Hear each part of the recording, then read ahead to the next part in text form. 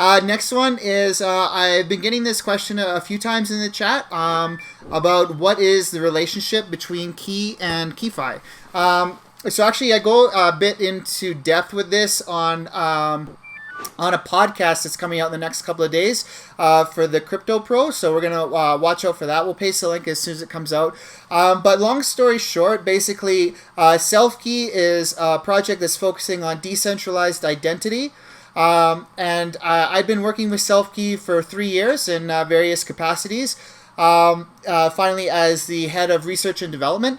And one of the projects that we had last year was to build some DeFi tools as a proof of concept.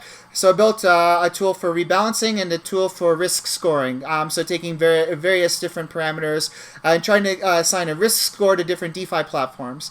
And the second thing that we worked on in R&D was a token economics project. So this was about staking tokens and getting platform incentives for SelfKey, but also for tying into the credential system and being able to stake on a credential.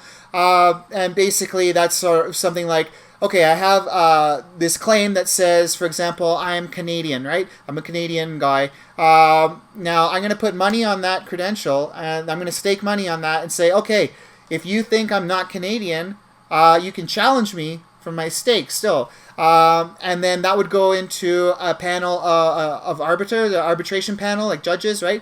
And basically that also falls into some areas of like game theory, something called the Schelling game, which is trying to incentivize people to basically vote honestly. And then, yeah, that also ties into reputation system. You could have your token slashed in the same way that proof of stake validator could have their tokens slashed if they are not validating blocks correctly, for example. So we had all these ideas for token economics and this ideas for DeFi tools, and then we decided to take those projects, combine them, rename them into KeyFi, and create a separate entity for them. So it started out as just a small app, had a couple of integrations, and the staking, and since then we've done some updates and improvements to UI. We've added several new integrations.